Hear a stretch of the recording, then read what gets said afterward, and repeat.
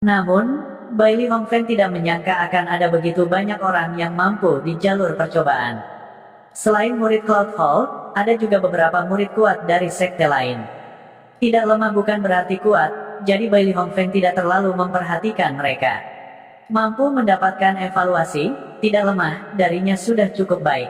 Tapi sekarang, seorang anak dari tahap ketiga Xiantian tiba-tiba muncul, dan orang ini bahkan lebih mengerikan darinya, yang benar-benar mengejutkannya. Di bagian bawah tebing, sekelompok murid Cloud Hall sudah tercengang. Mereka telah memikirkan banyak metode yang mungkin untuk melawan lidah api ini, tetapi tidak ada yang berani, atau lebih tepatnya, tidak ada yang berani dengan paksa menyerang lidah api seperti ini. Orang ini tampaknya kebal terhadap api. Sebenarnya ada tubuh yang begitu istimewa di dunia ini. Seorang murid Cloud Hall tidak bisa menahan diri untuk tidak menghela nafas. Bunga kecil Zhao menemukan sebuah batu dan berdiri di atasnya. Dia menatap Luo Zeng tanpa mengucapkan sepatah kata pun. Tidak ada ekspresi di wajahnya, itu mati rasa. Sebagai murid Cloud Hall, dia sangat jelas apa arti setiap peti harta karun. Di Cloud Hall, dia telah mendengar banyak legenda. Cloud Hall Master saat ini hanya mendapatkan peti harta karun perak. Jika ini terus berlanjut, Luo Zeng tidak hanya akan mendapatkan peti harta karun biru, dia bahkan mungkin mendapatkan peti harta karun perak lantai 3. Apalagi, orang ini hanya di tahap ketiga Xiantian. Potensinya lebih kuat dari miliknya. Bunga kecil Zhao berpikir bahwa dia tidak dapat dibandingkan dengan Zhuo Bufan. Tetapi sekarang dia harus mengakui bahwa dia tampaknya lebih rendah dari orang yang berasal dari sekte kelas 2 ini. Tidak berdamai, tidak yakin, tidak mau menghadapi kenyataan ini. Untuk sementara waktu, semua jenis emosi melonjak ke dalam hati Little Flower Zhao. Lidah api ini dengan ganas dimuntahkan melalui mekanisme, tetapi nyala api yang mengamuk juga ditentang oleh tanda emas di tubuh Luo Zeng. Sekarang Luo Zeng perlu berjaga-jaga terhadap serangan lapis kedua di gua ini, bola api besar itu. Pria berjubah itu juga berhasil selamat dari serangan api lapis pertama, tetapi dia didorong ke bawah batu oleh bola api besar. Luo Zeng secara alami tidak ingin mengulangi kesalahan yang sama.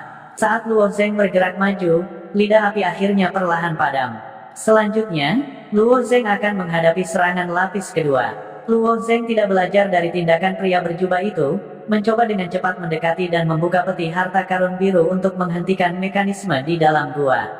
Sebagian besar waktu, trik hanya datang dari kurangnya kepercayaan diri seseorang, dan seringkali karena trik, seseorang akan kehilangan lebih banyak.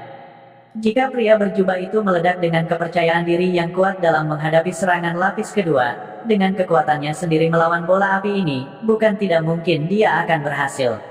Luo Zeng berdiri di tempatnya. Flowing Light Longsword telah terhunus, dan 6 Sky Demon Phantom perlahan melayang di sekitar Luo Zeng.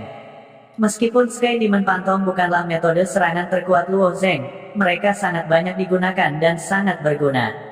Setelah lidah api benar-benar berhenti, gua tiba-tiba mekar dengan lampu merah, dan kemudian Luo Zeng mendengar suara batu bergulir dari gua. Bola api besar tiba-tiba muncul di depan Luo Zeng, dengan ganas menembak ke arahnya. Platform batu tidak lebar, dan bola api setinggi manusia, tidak ada tempat untuk menghindar. Menghadapi bola api yang mendekat dengan cepat, pikiran Luo Zeng bergerak. 6 Sky Demon Phantom berubah menjadi garis lurus dan bertabrakan dengannya. Di bawah penindasan bola api ini, hantu setan surgawi pertama langsung dihancurkan. Yang kedua hancur. Yang ketiga hancur. Pada saat ini, Sky Demon Phantom yang tak terkalahkan seperti sepotong keramik rapuh, dan dengan cepat dihancurkan. Namun, tujuan Luo Zeng telah tercapai. Setidaknya 6 Sky Demon Phantom telah berhasil memblokir kecepatan bola api ini. Kemudian, mata Luo Zeng seperti pisau, dan dengan teriakan keras, dia menghunus pedangnya. Kekuatan dalam skala naga mengalir deras, membanjiri seluruh tubuh Luo Zeng, menyebabkan tubuhnya tumbuh dengan cepat dalam waktu singkat. Bagiku, istirahat, runtuh pedang, Flowing Light Screw Essence bersinar terang, dan Collapse Sword yang sangat kuat menembus. Bahkan jika itu adalah gunung kecil, pedang Luo Zeng masih bisa menghancurkannya.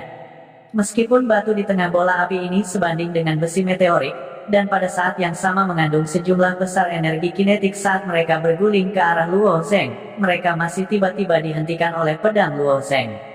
Luo Zeng sendiri juga didorong mundur sejauh 3 kaki oleh bola api ini. Setelah 3 kaki, Luo Zeng tidak mundur 1 inci pun. Sekali lagi, dia berteriak. Pedang cahaya mengalir. Luo Zeng menjentikan ke atas. Batu-batu di tengah bola api ini akhirnya mulai retak. Retakan ini langsung menutupi seluruh bola api, dan dalam sekejap, itu mulai berantakan dan menyebar ke segala arah. Segala macam puing-puing yang masih memiliki sisa-sisa api memercik ke bawah tebing. Murid-murid Cloud Hall di bawah berteriak lagi dan lagi, terus-menerus menghindari. Sukses! Jantung Luo Zeng sedikit melonjak, dan wajahnya menunjukkan ekspresi bahagia. Dia menempatkan pedang Flowing Light kembali ke cincin spasialnya, dan perlahan berjalan menuju peti harta karun biru. Luo Zeng bisa merasakan tatapan cemburu dari para murid Cloud Hall di bawah, dan juga keengganan yang dalam di hati mereka, serta ekspresi rumit mereka. Karena itu, Luo Zeng sengaja memperlambat langkahnya, seolah-olah dia sedang menikmati perasaan gembira saat membuka peti harta karun. Dia ingin murid Cloud Hall ini dengan benar. Namun, platform batu yang menonjol ini hanya memiliki panjang 7 atau 8 meter, dan Luo Zeng dapat melewatinya dalam beberapa langkah. Akhirnya, Luo Zeng meletakkan tangannya di peti harta karun biru. Pada saat ini, Luo Zeng merasakan sedikit kegugupan. Peti harta karun merah level terendah sudah memiliki obat rahasia yang bisa meningkatkan jiwa. Lalu bagaimana dengan peti harta karun biru ini? Peti harta karun biru mengeluarkan suara yang tajam, dan tiba-tiba seluruh peti mulai bergetar. Mainan apa ini? Luo Zeng melompat ketakutan, dan pada saat yang sama, dia menjadi waspada, seolah-olah ada semacam binatang buas yang tersembunyi di dalam, akan keluar dari dada dan menyerang Luo Zeng. Begitu peti harta karun biru terbuka, bayangan merah tiba-tiba keluar dari peti, menerkam ke arah Luo Zeng. Hampir seolah-olah itu adalah refleks terkondisi, Luo Zeng merunduk dan menghindar, ingin menghindari bayangan merah ini, tetapi kecepatan bayangan merah ini sangat cepat. Meskipun meleset, itu berputar di udara dan bergegas menuju Luo Zeng lagi, pada saat yang sama melepaskan ki darah yang kuat. Seolah-olah itu mengandung semacam kekuatan hidup yang ulet. Kali ini, Luo Zeng tidak punya cara untuk menghindar, dan hanya bisa membiarkan bayangan merah ini bergegas menuju dadanya, langsung tenggelam ke dalam hatinya. Saat bayangan merah ini bergegas ke arahnya, Luo Zeng melihat dengan jelas bahwa dia telah melihat bayangan merah ini sebelumnya. Ketika dia memasuki tempat tinggal abadi itu, dia bertemu dengan sejenis makhluk yang disebut ular berkepala 9. Ular berkepala 9 di depannya ini sepertinya adalah Hydra yang kental dari darah segar, dan dia hanya bisa mengenalinya secara kasar dari penampilannya. Saat Hydra berwarna darah ini masuk ke jantung Luo Zeng, jantung Luo Zeng hampir berhenti berdetak. 1 napas, 2 napas, 3 napas. Perhentian jantung semacam ini berlangsung selama sekitar 30 napas. Jika itu adalah orang biasa, jantung mereka akan berhenti berdetak, dan mereka akan berada di ambang kematian, tetapi tubuh Luo Zeng telah memasuki keadaan yang aneh. Setelah 30 napas waktu, jantung Luo Zeng berdegup kencang. Berdebar, suara pemukulan itu sebenarnya sangat keras sehingga tidak hanya Luo Zeng yang bisa mendengarnya, tetapi bahkan para murid Cloud Hall di bawah pun bisa mendengarnya. Seberapa kuat hati seseorang untuk bisa mengeluarkan suara yang begitu keras. Mulut semua murid Cloud Hall terbuka lebar saat mereka menatap kosong ke arah Luo Zeng, yang berada di tebing. Bai Li Hongfeng menjilat bibirnya dan menggelengkan kepalanya tanpa daya saat dia mengutuk, "Jika aku tahu bahwa hal-hal di peti harta karun biru itu sangat bagus, aku akan mempertaruhkan nyawaku sekarang. Dengan kekuatanku sendiri, aku mungkin punya kesempatan." Bai Li Hongfeng dipenuhi dengan penyesalan. Ini bukan satu-satunya percobaan di jalan para penantang percobaan. Jadi, Bai Li Hongfeng baru saja menahan diri, berharap untuk bermain aman. Bagaimanapun, tujuan terbesarnya adalah melewati jalan para penantang percobaan. Dia tidak pernah membayangkan bahwa hal-hal di peti harta karun biru benar-benar dapat sangat memperkuat vitalitas darah seorang seniman bela diri.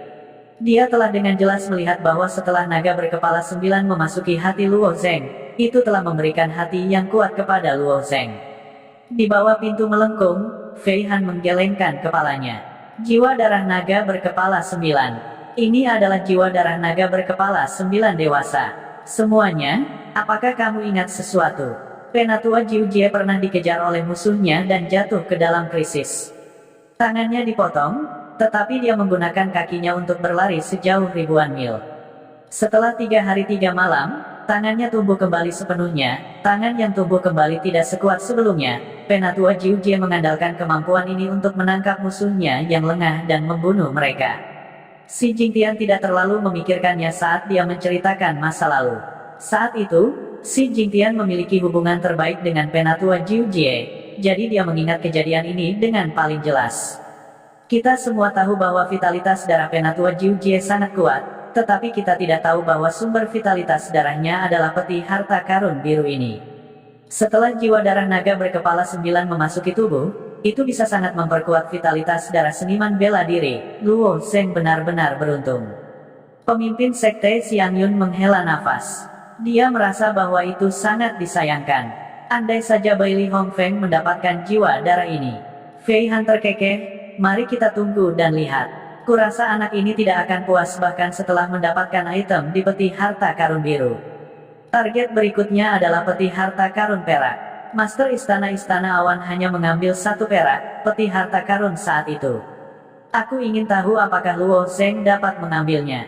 Mimpilah, Nenek Long mencibir, Luo Zheng sudah sangat beruntung bisa membuka peti harta karun biru. Kamu masih ingin membuka peti harta karun perak? Mungkin di kehidupanmu selanjutnya. Di luar pintu melengkung, hanya ada 1 tablet huruf. Setiap kali gambar Zuo Bufan dan muridnya, Jin Qiaoning, muncul di tablet surat, wajah Nenek Long akan tersenyum seperti bunga, dan dia akan memuji mereka tanpa henti. Seolah-olah Zuo Bufan adalah putranya sendiri, dan semua murid yang berpartisipasi dalam persidangan adalah tumpukan kotoran anjing. Hanya Jin Qiaoningnya yang memenuhi syarat untuk berdiri di sebelah Zuo Bufan. Sebagai penatua Aula Awan, Fei Han secara alami memiliki pemahaman yang lebih baik tentang para murid Aula Awan. Dia tahu latar belakang dan kekuatan Zuo Bufan dan Zhao Xiaohua dengan sangat baik, jadi Fei Han secara alami memperhatikan murid-murid lain, seperti Luo Zheng, Bailey Hongfeng, Hua Tianming, Pei Tianyao, dan beberapa murid luar biasa lainnya dari sekte lain. Namun, setiap kali Luo Zheng muncul di gambar tablet surat, Nenek Long tidak bisa tidak meremehkan Luo Zheng. Bagaimanapun, Nenek Long adalah seorang wanita. Tidak hanya emosinya yang sangat sulit untuk dihadapi, tetapi kekuatannya juga tidak bisa diremehkan. Pada akhirnya, orang tua ini tampaknya kecanduan. Bagaimana si Jingtian bisa menanggungnya? Melihat si Jingtian meledak, pemimpin sekte lainnya juga diam-diam senang. Nenek panjang ini memiliki mulut yang jahat. Dia tidak hanya menargetkan Luo Zheng. Meskipun dia tidak melakukan banyak hal kepada yang lain, Nenek Long tidak bisa menahan diri untuk tidak mengucapkan beberapa kata sial dan menghina. Pemimpin sekte lainnya sudah lama tidak senang dengannya, tetapi seperti si Jingtian, mereka menahannya. Bagaimana mungkin seorang pria yang muncul dari sudut kecil di timur bisa melakukan apa saja? Wilayah timur, beraninya kau menyebut dirimu sebuah wilayah. Ini adalah lelucon terbesar di dunia. Itulah yang ingin saya katakan. Luo Zheng ini menyinggung Zhao Xiaohua, yang setara dengan menyinggung keluarga Zhao dari Pangeran Selatan. Masa depan seperti apa yang bisa dia miliki di masa depan? Bodoh. Saya pikir Bailey Hongfeng lebih pintar dari Luo Zheng. Setidaknya ketika dia menyambar peti harta karun, dia menutupi wajahnya. Nenek Long mencibir sambil menginjak tongkat di tangannya. Si Jingtian siap mempertaruhkan semuanya. Dia memiliki temperamen orang liar dan mengagumi keberanian Luo Zheng untuk melawan Zhao Xiaohua. Pada saat ini, dia tertawa dan berkata dengan berani, jadi bagaimana jika dia berasal dari keluarga Zhao dari Pangeran Selatan? Jika dia menyinggung perasaannya, apakah itu berarti dia dapat berhenti berkultivasi dan menemukan tempat untuk bunuh diri? Sebagai peringkat ketiga keluarga Zhao dari Pangeran Selatan memang tidak buruk. Namun, Nenek Long, jangan lupa bahwa Aula Awan adalah keluarga peringkat 4. Hanya karena seorang murid dari keluarga Zhao dari Pangeran Selatan, Anda pikir dia bisa menekan para elit Aula Awan. Kamu terlalu memikirkan keluarga Zhao dari Pangeran Selatan. Nenek Long, apakah kamu masih anggota Aula Awan? Kamu, kapan aku pernah memuji orang lain dan meremehkan milikku sendiri? Nenek Long berkata dengan marah. Kata-kata si Jingtian adalah menggunakan kekuatan Cloud Hall untuk menekan Nenek Long. Jika Luo Zheng bisa melewati jalur pengambil percobaan, dia akan menjadi murid elit Aula Awan di masa depan. Secara alami, dia akan berada di bawah perlindungan Cloud Hall. Aula Awan yang bermartabat adalah sekte peringkat keempat, jadi mereka tidak akan takut dengan keluarga Zhao peringkat ketiga dari Pangeran Selatan. Kamu baru saja mengatakan bahwa Luo Zheng menyinggung Zhao Xiaohua. Kamu tidak mau mengakui apa yang baru saja kamu katakan. Si Jingtian mencibir. Nenek Long juga terdiam setelah dibantah. Pada saat ini, Fei Han tiba-tiba berkata, cukup. Jangan bertengkar karena masalah sekecil itu. Luo Zheng akan mengambil peti harta karun ketiga. Begitu Fei Han menyelesaikan kalimatnya, si Jingtian dan Nenek Long menatap Xin Gui. Meskipun mereka tahu bahwa mengambil peti harta karun perak sama sulitnya dengan naik ke surga, si Jingtian memiliki firasat samar bahwa Luo Zheng kemungkinan besar akan membuka peti harta karun perak. Luo Zheng telah naik ke puncak gunung selangkah demi selangkah. Setiap langkah yang dia ambil melampaui harapan semua orang, jadi kali ini, si Jingtian juga memiliki firasat yang sama. Luo Zheng merasa dadanya sakit. Setelah naga berkepala 9 yang berwarna merah darah mengebor ke jantung Luo Zheng, setiap kali jantungnya berdetak, seolah-olah palu godam menghantamnya. Karena itu, setiap kali berdenyut, jantungnya seperti dipalu. Perasaan ini sangat tidak nyaman bagi siapapun. Saat jantung berdegup kencang, jiwa darah naga berkepala 9 di tubuh Luo Zheng mengikuti tekanan jantung dan terus mengalir ke setiap bagian tubuh Luo Zheng. Setelah jantung berdegup kencang selama puluhan kali, suara akhirnya melemah. Kekuatan palu jantung juga menjadi semakin lemah, dan akhirnya menghilang. Ini berarti Luo Zheng telah menyerap jiwa darah naga berkepala 9. Ki darah yang kuat di tubuh Luo Zheng terus bergulir, membuat ki darah Luo Zheng seperti mercusuar. Itu melonjak dengan hebat, dan dia merasa bahwa dia memiliki kekuatan yang tak ada habisnya. Bagaimana mungkin Luo Zheng tidak tahu betapa berharganya jiwa darah naga berkepala 9 itu? Ketika Luo Zheng masih di Istana Surga Pembakaran Domain Timur, Pangeran ketiga menawarkan 3 keindahan yang menakjubkan kepadanya. Ketiga wanita cantik itu semuanya adalah anggota ras Yuan, dan tubuh mereka mengandung ki darah yang kuat. Mengekstraksi yin primordial mereka akan memungkinkan seseorang untuk mendapatkan ki darah ini, dan bagi seorang pejuang, itu bisa dikatakan sebagai manfaat besar. Namun, ki darah dalam 3 keindahan ras Yuan ini mungkin bahkan tidak seperseribu dari jiwa darah naga berkepala 9. 3 keindahan ras Yuan sudah cukup untuk membuat banyak pejuang realem penerangan jiwa jatuh cinta, tetapi bagaimana dengan nilai jiwa darah naga berkepala 9? Itu mungkin mustahil untuk diperkirakan. Setelah hatinya tenang, Luo Zheng tidak memilih untuk beristirahat, tetapi untuk melanjutkan ke atas. Barang-barang di peti harta karun biru sudah sangat berharga, lalu bagaimana dengan peti harta karun perak? Luo Zheng perlahan memanjat tebing. Tebing ini penuh dengan bebatuan bergerigi, dan dia bisa menggunakan tangannya di mana-mana, jadi tidak sulit untuk memanjatnya. Setelah memilih peti harta karun perak, Luo Zheng memanjat platform batu dengan mudah. Peti harta karun perak, aku harus mengambilnya juga. Setelah memanjat peron batu, mata Luo Zheng menunjukkan pandangan tegas. Meskipun dia tahu betul bahwa bahaya dan kesulitan mengambil peti harta karun perak jauh lebih besar daripada peti harta karun biru. Menghadapi tantangan yang tidak diketahui, Luo Zheng sangat waspada saat dia menatap gua yang gelap. Dari gua terdengar serangkaian suara dentang berirama. Seolah-olah ada sesuatu yang akan keluar.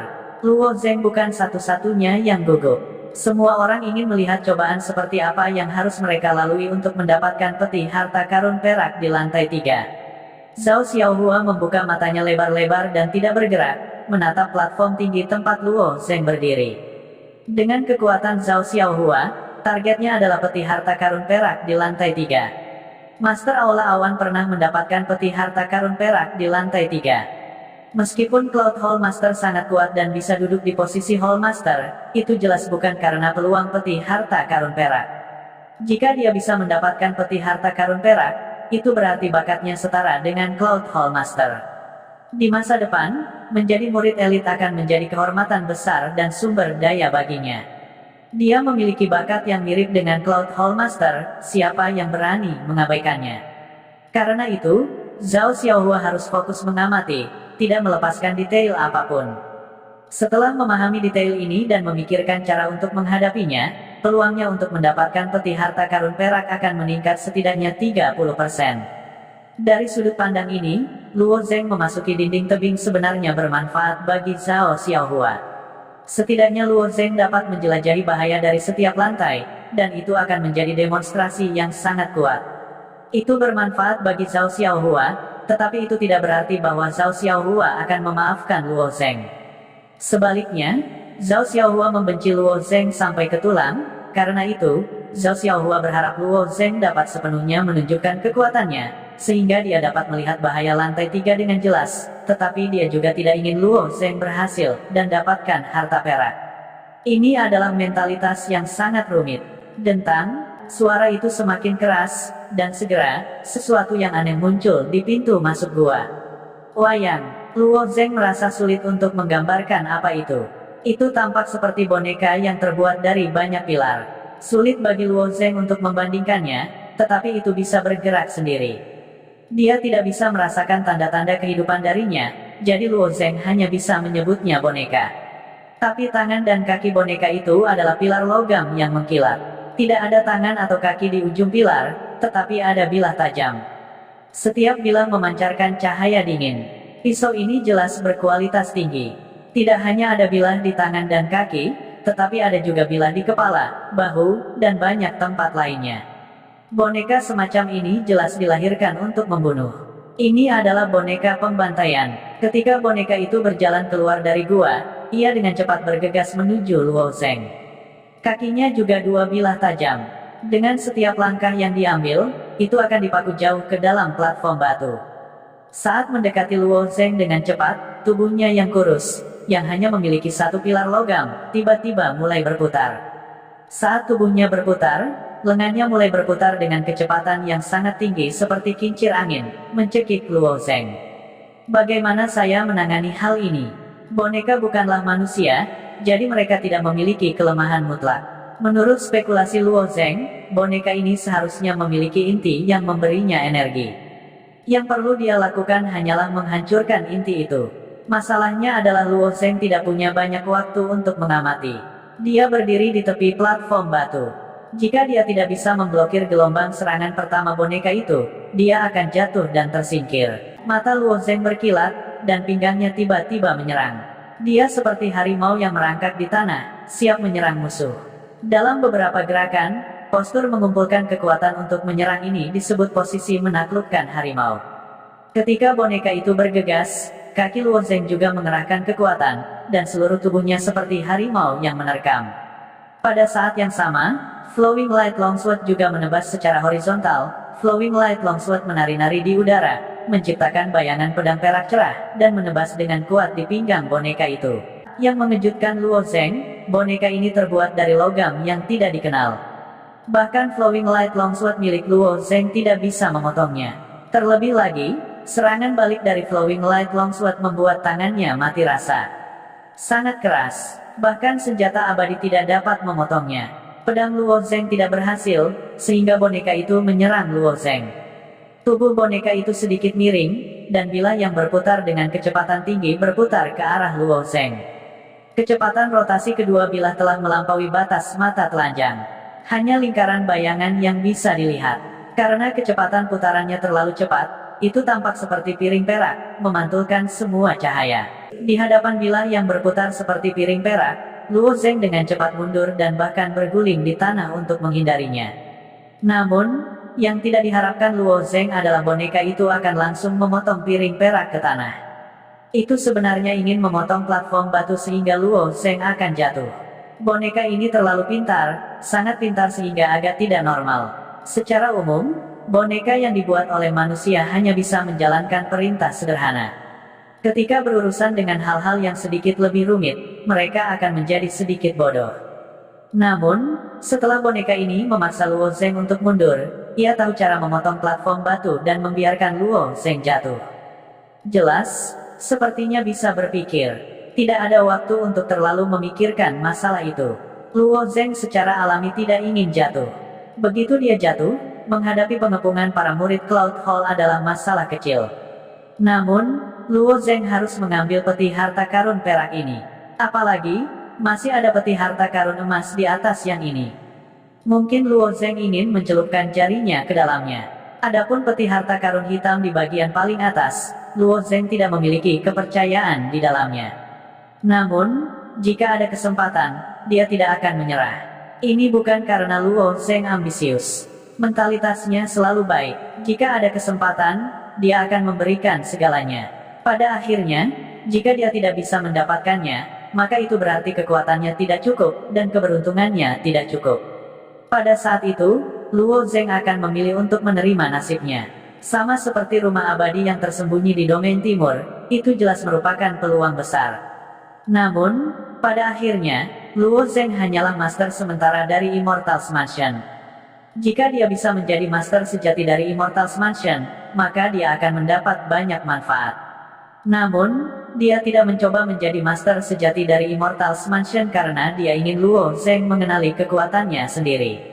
Meskipun berjuang keras itu penting, sekarang Luo Zheng merasa bahwa ada kesempatan di depannya, bagaimana mungkin dia tidak bertarung. Kecepatan potong boneka itu sangat cepat.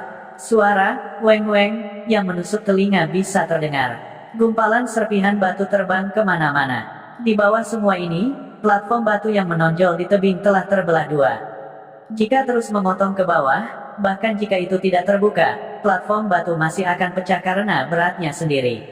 Berhenti. 6 hantu iblis bertabrakan dengan boneka logam dari arah yang berbeda. Meskipun Luo Zheng tahu bahwa boneka logam ini sangat kuat dan bahwa hantu setan mungkin tidak akan mempengaruhinya, itu masih dapat menyebabkan gangguan. Seperti yang diharapkan Luo Zheng, hantu iblis bertabrakan dengannya seperti telur menabrak batu. Bahan yang digunakan untuk memurnikan boneka ini jelas merupakan logam terkuat yang pernah dilihat Luo Zheng. Hanya boneka ini saja yang mungkin bisa dijual dengan harga setinggi langit di luar. Tepat ketika 6 hantu iblis bertabrakan, pedang cahaya mengalir Luo Zheng telah menusuk ke piring perak yang terus berputar. Luo Zheng ingin menghentikan kincir angin ini dan menghentikannya. Dentang, pedang itu menembus pelat perak. Bagian atas dari Flowing Light Sword tersangkut di pinggang boneka, sementara bagian tengah dengan paksa menghentikan momentum putarannya. Karena kekuatannya terlalu besar, Flowing Light Sword benar-benar terdistorsi dan berubah menjadi adonan goreng. Melihat artefak abadi berubah menjadi keadaan ini, Luo Zheng merasa sedikit tertekan. Dia tidak bisa menahannya. Boneka ini terlalu abnormal. Tidak hanya kebal, tetapi reaksinya juga sangat cepat. Sama seperti Luo Zheng menjepit tubuh boneka itu, dia melihat pilar logam di tubuh boneka itu terus memanjang dan memendek. Itu benar-benar berubah bentuk. 2 batang logam panjang tiba-tiba menjulur dari kaki boneka itu. Di bagian atas batang, ada 3 cakar tajam. Ketiga cakar tajam ini tiba-tiba meraih Luo Zheng, langsung mengunci kakinya. Kedua pergelangan kaki Luo Zheng terkunci oleh cakar tajam ini. Cakar tajam ini langsung menembus kulit Luo Zheng dan menempel di tulang pergelangan kakinya. Beberapa garis darah berceceran. Ini adalah pertama kalinya Luo Zheng terluka sejak dia memasuki jalan kultivator. Dengan tubuh artefak roh tingkat tinggi Luo Zheng, serangan biasa tidak bisa menembus tubuh tiraninya. Namun, itu tidak bisa menghentikan cakar tajam boneka di depannya. Untungnya, kekuatan tulang Luo Zheng bahkan lebih menakutkan. Oleh karena itu, cakar yang tajam tidak memotong kakinya. Jika itu adalah seniman bela diri lainnya, kaki mereka akan benar-benar patah sekarang. Meski begitu, situasi Luo Zheng saat ini sangat kritis.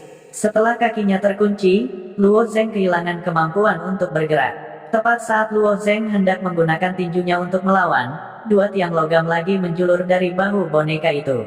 Cakar tajam di tiang sekali lagi mengunci pergelangan tangan Luo Zheng.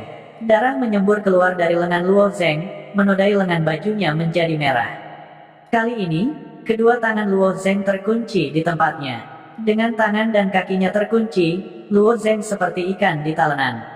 Dia hanya bisa menunggu untuk disembelih, atau lebih tepatnya, dibantai oleh boneka ini. Boneka ini menilai bahwa serangan biasa tidak akan dapat benar-benar melukai Luo Zheng, jadi penusuk tajam dibor darinya, dada. Setelah penusuk itu muncul, ia berputar dengan kecepatan tinggi dengan suara weng-weng, mengebor ke arah dada Luo Zheng. Itu benar-benar ingin mengebor Luo Zheng sampai mati. Melihat adegan ini, bahkan para murid Cloud Hall menarik napas udara dingin. Bukankah ini agak terlalu tragis? Sebelumnya, para murid Cloud Hall merasa bahwa semuanya berjalan lancar. Bahkan ketika mereka telah melewati paruh pertama laut api surga yang terbakar, mereka tidak menemui banyak bahaya. Tetapi setelah memasuki tahap percobaan tersembunyi ini dan menyapu semua laba-laba berwajah hantu itu, mereka memiliki kesalahpahaman bahwa jalan seorang kultivator percobaan tidak sesulit yang dikatakan legenda. Jika itu hanya melewati jalur seorang pembudidaya percobaan, itu memang tidak akan terlalu sulit. Tapi jalan seorang kultivator percobaan dipenuhi dengan peluang keberuntungan. Dan peluang keberuntungan ini sering disertai dengan bahaya. Untuk seorang seniman bela diri, jika mereka memasuki jalan seorang kultivator percobaan dan tidak berjuang untuk kesempatan beruntung itu akan seperti memasuki gunung harta karun dan kembali dengan tangan kosong. Ini adalah sesuatu yang tidak bisa diterima oleh seniman bela diri. Pada saat ini, mereka mengerti bahwa jika mereka tidak cukup kuat, mencoba mengambil peluang keberuntungan tidak diragukan lagi akan setara dengan mencari kematian. Melihat kekuatan boneka itu, Zhao Xiaohuo juga menggelengkan kepalanya. Di satu sisi, dia senang bahwa Luo Zheng telah mati di dalam. Di sisi lain, dia tidak punya pilihan selain menerima kenyataan lain. Jika dia naik ke tingkat ketiga, dia takut dia akan mati lebih cepat daripada Luo Zheng. Di bawah pintu melengkung, wajah Si Jingtian suram seperti sepotong besi hitam pekat. Itu sulit dan gelap saat dia menatap Xin Gui tanpa mengucapkan sepatah kata pun. Jalan seorang kultivator percobaan dipenuhi dengan bahaya, dan begitu bahaya muncul, para tetua ini tidak bisa membantu dan hanya bisa menonton dari pinggir lapangan. Beberapa penguasa tahu bahwa Si Jingtian sedang dalam suasana hati yang sangat buruk. Bahkan Nenek Long, yang telah mengejek Si Jingtian, tidak berani berbicara saat ini. Jika dia terus memprovokasi Si Jingtian, dia takut orang ini akan benar-benar menyerangnya. Namun, meskipun Nenek Long tidak mengatakan apa-apa, dia sebenarnya sangat bahagia di hatinya. Luo Zheng ini telah melebih-lebihkan kekuatannya sendiri dan ingin naik ke tingkat ketiga ke pengadilan kematian. Tidak ada yang bisa menghentikannya. Dengan kekuatan ahli tahap ketiga Xiantian, dia seharusnya mengikuti seniman bela diri lainnya dan melewati jalur kultivator percobaan. Mengapa dia harus melalui persidangan tersembunyi? Dia ingin mendapatkan kesempatan besar, tetapi dia tidak tahu bahwa dia tidak cukup diberkati untuk menikmatinya. Fei Han menghela nafas, menggelengkan kepalanya dan berkata, jika saya tidak salah, boneka ini ditempa dengan Scarlet Thunder Purple Mysterious Iron, sehingga permukaan tubuh boneka memiliki kilau logam ungu dan emas. Bahan ini digunakan untuk menempa alat abadi tingkat tinggi dan sangat tangguh. Hampir tidak mungkin bagi Luo Zheng untuk memecahkan besi misterius guntur ungu merah ini. Melihat kulit Si Jingtian, Fei Han tidak mengatakan apa-apa. Dia hanya bisa berharap bahwa Luo Zheng masih memiliki cara untuk melepaskan diri dari cengkeraman boneka dan melompat turun dari platform batu. Pada titik ini, tidak ada seniman bela diri yang menginginkan peti harta karun di ujung platform batu. Hidup mereka sendiri adalah hal yang paling penting. Jika mereka kehilangan nyawa, bahkan jika mereka diberi segunung emas dan perak, apa gunanya? Tetapi dengan kekuatan Luo Zheng, bisakah dia membebaskan diri? Tentu saja, Luo Zheng tidak akan duduk diam dan menunggu kematian. Dengan anggota tubuhnya terkunci, Luo Zheng meraung dan semua kekuatan di tubuhnya menyembur keluar seperti mata air. Semua sisik naga di tubuhnya tiba-tiba menyala pada saat yang sama, dan kekuatan yang bergejolak mengalir ke tubuhnya. Kemudian, Luo Zheng dengan paksa mengecilkan tubuhnya. Dia menahan rasa sakit yang tajam dari cakar di anggota tubuhnya dan mencoba melepaskan diri dari genggaman boneka itu. Namun, boneka itu tidak bergerak sama sekali. Perbedaan kekuatan terlalu besar. Itu seperti anak kecil yang mencoba menendang pohon yang lebat, tetapi tidak bergerak sama sekali. Pada saat ini, Luo Zheng memperhatikan bahwa boneka itu menggunakan beberapa bilah tajam untuk menusuk platform batu. Matanya berkilat, dan dia sepertinya telah menemukan cara untuk membebaskan diri. Seluruh tubuhnya tiba-tiba jatuh ke belakang. Harus dikatakan bahwa Luo Zheng tidak menyerap semua esensi tumpahan surga karena dia mempertimbangkan untuk menggunakannya untuk menjual kristal. Ketika dia berada di wilayah timur, dia memiliki kekuatan yang cukup. Kekuatan lebih dari 100 sisik naga sudah cukup untuk membuatnya tak terkalahkan di antara mereka yang memiliki level yang sama, bahkan di antara para ahli Divine Reflection State. Namun, itu tidak cukup untuk saat ini. Jika dia tahu ini akan terjadi, dia akan menyerap lebih banyak esensi tumpahan surga. Jika dia bisa menyalakan 500 sisik naga, atau bahkan lebih, dia akan mampu merobek boneka ini dengan tangan kosongnya. Namun, Luo Zeng masih harus mempertimbangkan kekuatan tubuhnya. Tidak peduli seberapa kuat sisik naga, dia masih harus mempertimbangkan seberapa kuat tubuhnya bisa bertahan. Jika tubuhnya tidak dapat menahan kekuatan yang begitu besar, yang pertama runtuh bukanlah lawannya, tetapi tubuhnya sendiri.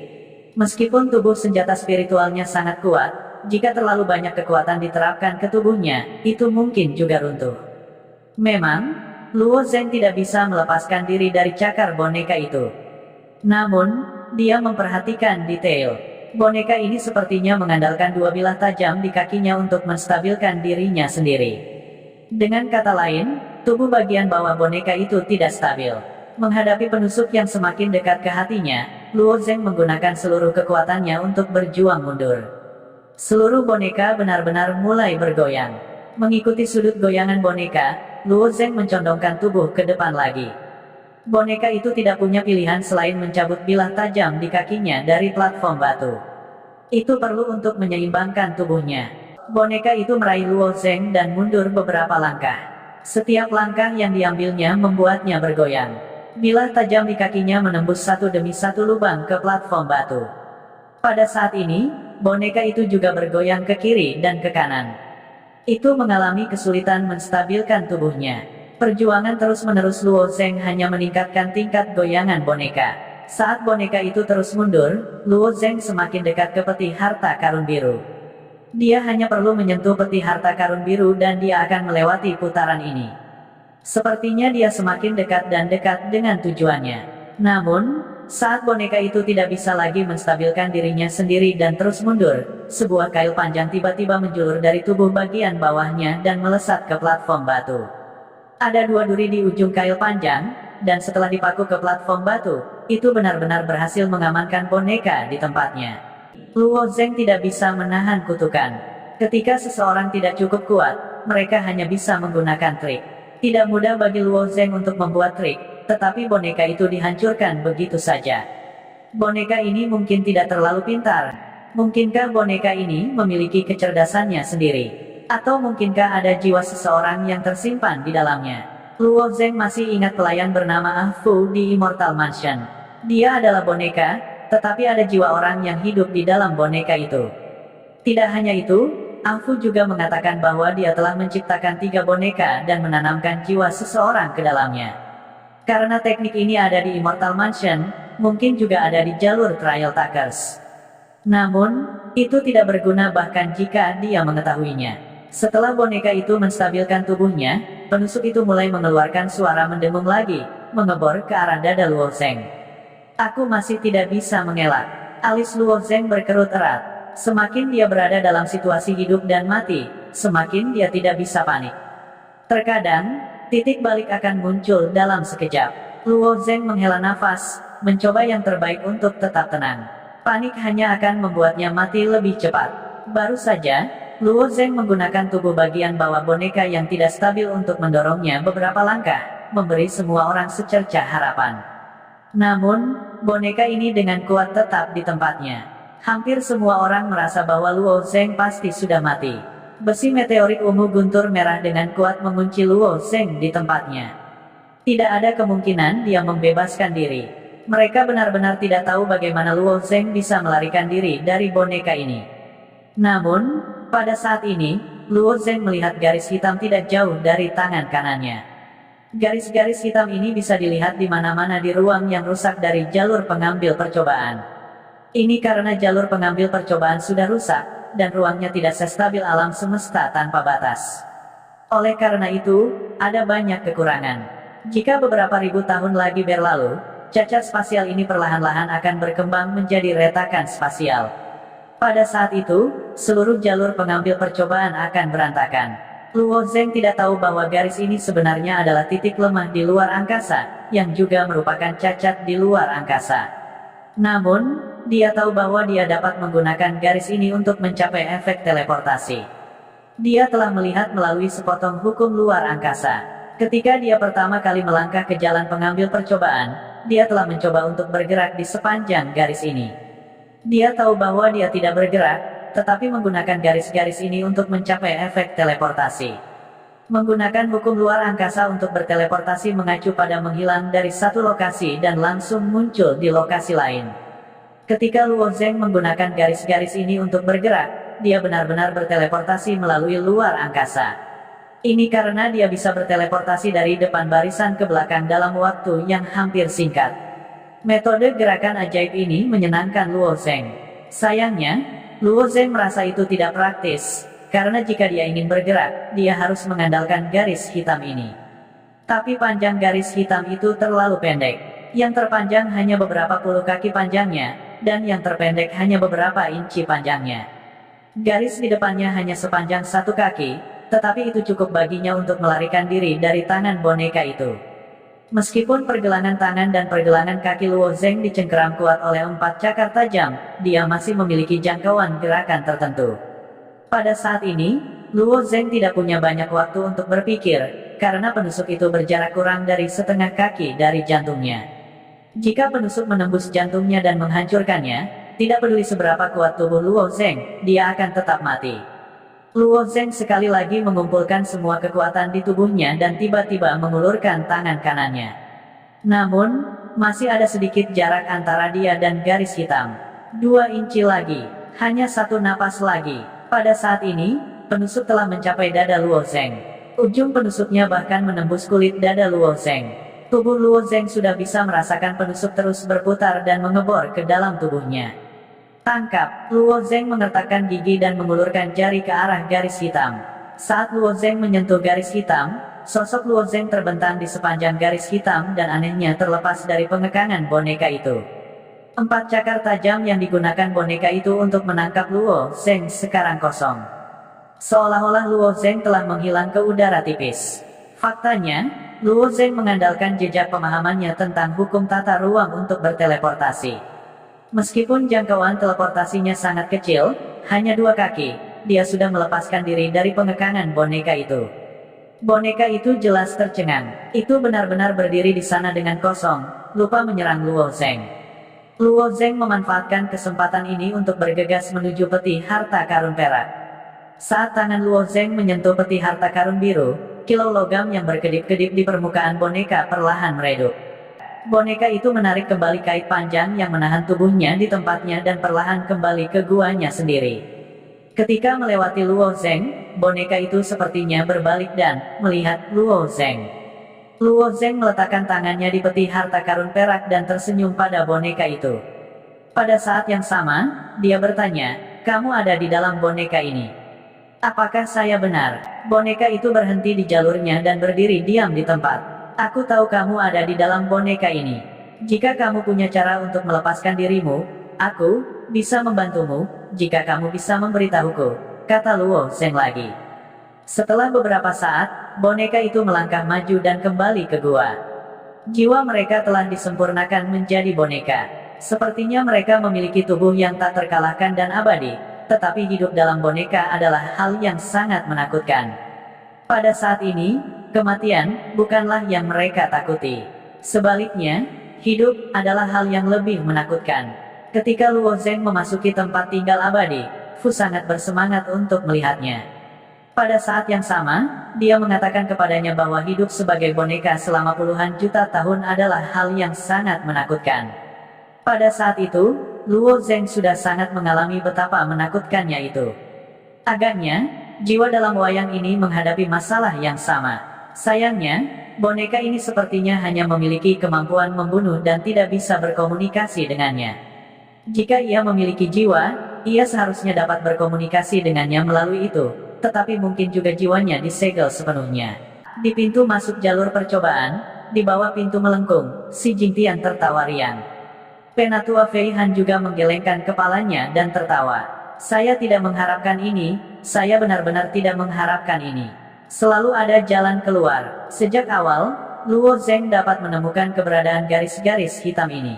Sekarang, dia dapat mempelajari dan menggunakannya. Dia benar-benar tidak sederhana. Di mata seorang seniman bela diri, keberuntungan juga semacam ilusi. Banyak pembudidaya cenderung percaya pada keberuntungan. Dengan demikian, sebuah profesi berkembang di dunia kultivator, dan itu adalah luck master. Mereka mengaku bisa membantu para pembudidaya meningkatkan keberuntungannya. Namun, ada juga banyak pembudidaya yang mengejek ini. Mereka merasa bahwa keberuntungan tidak dapat diandalkan. Adapun yang disebut luck masters, mereka semua adalah penipu. Banyak pembudidaya akan menghabiskan banyak uang untuk menemukan master keberuntungan itu untuk meningkatkan keberuntungan mereka ketika menjelajahi beberapa tanah misteri. Pada akhirnya, masih banyak yang meninggal secara tragis di tanah misteri. Akibatnya, apakah takdir benar-benar ada atau tidak, masih menjadi perdebatan besar, dan masih belum ada kesimpulan konklusif. Ketika datang ke orang-orang seperti Xi Jingtian dan Fei Han, mereka biasanya memilih untuk percaya pada keberadaan keberuntungan. Tentu saja, mereka tidak akan mencari yang disebut Tuan Keberuntungan. Tidak ada penipu yang berani menipu Xi Jingtian dan yang lainnya. Sama seperti bagaimana Luo Zheng dapat melarikan diri dari boneka itu, dapat dikatakan bahwa itu adalah manifestasi dari keberuntungan. Orang-orang dengan keberuntungan besar sangat sulit untuk dibunuh. Pada saat genting, mereka bahkan dapat menemukan jalan keluar. Beberapa pemimpin sekte dan penatua Fei Han ini tidak hanya iri pada Luo Zheng karena mendapatkan peti harta karun perak, tetapi mereka juga iri pada keberuntungan Luo Zheng. Ada segala macam hal aneh di dunia ini. Tanah misteri, tanah berbahaya, tanah berbahaya, tanah berbahaya. Meskipun tempat-tempat ini berbahaya, mereka juga mengandung peluang besar. Semakin besar hadiahnya, semakin besar bahayanya.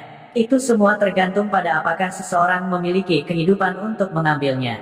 Peti harta karun perak yang dibuka oleh Hall Master saat itu sebenarnya dibuka oleh Luo Zheng. Fei Han menghela nafas, lalu berkata, saya pikir masalah ini perlu dilaporkan. Ketika Xi Jingtian mendengar kata-kata Fei Han, dia langsung senang. Semakin menonjol Luo Zheng, semakin banyak manfaat yang akan dia terima. Jika penampilan Luo Zheng menarik perhatian Hall Master, itu pasti akan menjadi hal yang baik untuknya. Berdiri di depan peti harta karun perak, Luo Zheng tidak bisa menyembunyikan kegembiraan di hatinya. Zhao Xiaohua tahu nilai peti harta karun perak ini, tetapi Luo Zheng juga tidak tahu. Dia tidak tahu bahwa satu-satunya peti harta karun perak yang pernah dibuka diambil oleh Hall Master dari Cloud Hall. Luo Zheng hanya tahu bahwa dia telah mempertaruhkan nyawanya untuk mendapatkan peti harta karun perak ini. Peti harta karun perak ini tidak mudah didapat. Ini adalah bagaimana orang-orang. Hal-hal yang tidak mudah diperoleh secara alami akan dihargai. Ketak, suara peti harta karun perak yang dibuka dengan lembut menyenangkan telinga Luo Zheng. Luo Zheng awalnya berpikir bahwa peti harta karun perak ini akan berisi sesuatu yang dapat langsung diterapkan ke tubuh Luo Zheng. Namun, yang mengejutkannya adalah ketika dia membuka peti harta karun perak, ada gulungan batu giok di dalamnya. Gulungan batu giok ini memancarkan kilau hijau, seolah-olah terbuat dari batu giok paling murni. Gulungan batu giok ini adalah manual rahasia. Alis Luo Zheng sedikit berkedut. Dia mengulurkan tangannya, ingin mengambil gulungan batu giok. Namun, ketika tangan Luo Zheng menyentuh gulungan batu giok, perasaan aneh muncul. Gulungan giok tiba-tiba berubah menjadi titik-titik cahaya hijau yang menyebar, berputar bersama dengan lengan Luo Zheng dan mengebor ke otak Luo Zheng. Gulungan batu giok macam apa ini? Bagaimana itu bisa langsung mengebor ke otak? Hati Luo Zheng tiba-tiba dipenuhi rasa ingin tahu. Sebelumnya, benda hitam di peti harta karun merah adalah sejenis ramuan nokaut jiwa.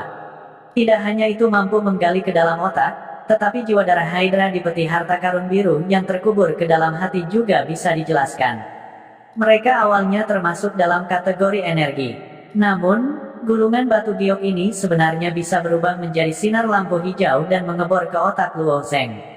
Ini agak tak terbayangkan. Saat slip batu giok menyebar, kata-kata dan kalimat yang jelas muncul di benak Luo Zheng. Setiap kata mengandung niat membunuh yang tak terbatas, seolah-olah bahkan satu pukulan pun bisa membunuh. 10.000 roda kematian setan, keterampilan kelas suci. Dengan pencerahan seumur hidup saya dari Kaisar Darah Setan, menguasai keterampilan ini akan memungkinkan saya untuk mengendalikan energi jahat jutaan makhluk hidup. Saya bahkan dapat menghancurkan dewa dan Buddha. Sumber energi jahat berasal dari kutukan makhluk hidup. Tidak dapat mematahkan kutukan, itu mengeras menjadi. Ini adalah keterampilan kelas Saint. Dan orang yang menciptakan skill kelas Saint ini disebut Demon Blood Emperor. Ini adalah nama yang sangat asing bagi Luo Zheng. Namun, Luo Zheng jelas tahu bahwa kata "kaisar" dalam nama itu tidak memiliki arti yang sama dengan kaisar kekaisaran langit yang terbakar. Istilah "kaisar" di dunia biasa dimaksudkan untuk rakyat jelata. Di dunia kultivator, itu bukan apa-apa. Kata "kaisar" atas nama kaisar darah iblis adalah kemuliaan tertinggi seorang kultivator. Hanya ahli terkuat dari dunia seribu luas yang berhak disebut kaisar bela diri. Kaisar darah iblis ini dulunya adalah ahli kaisar bela diri. Dia kemungkinan besar adalah pemilik reruntuhan kuno sebelumnya. Reruntuhan kuno yang begitu besar pasti pernah menjadi milik sekte tingkat atas.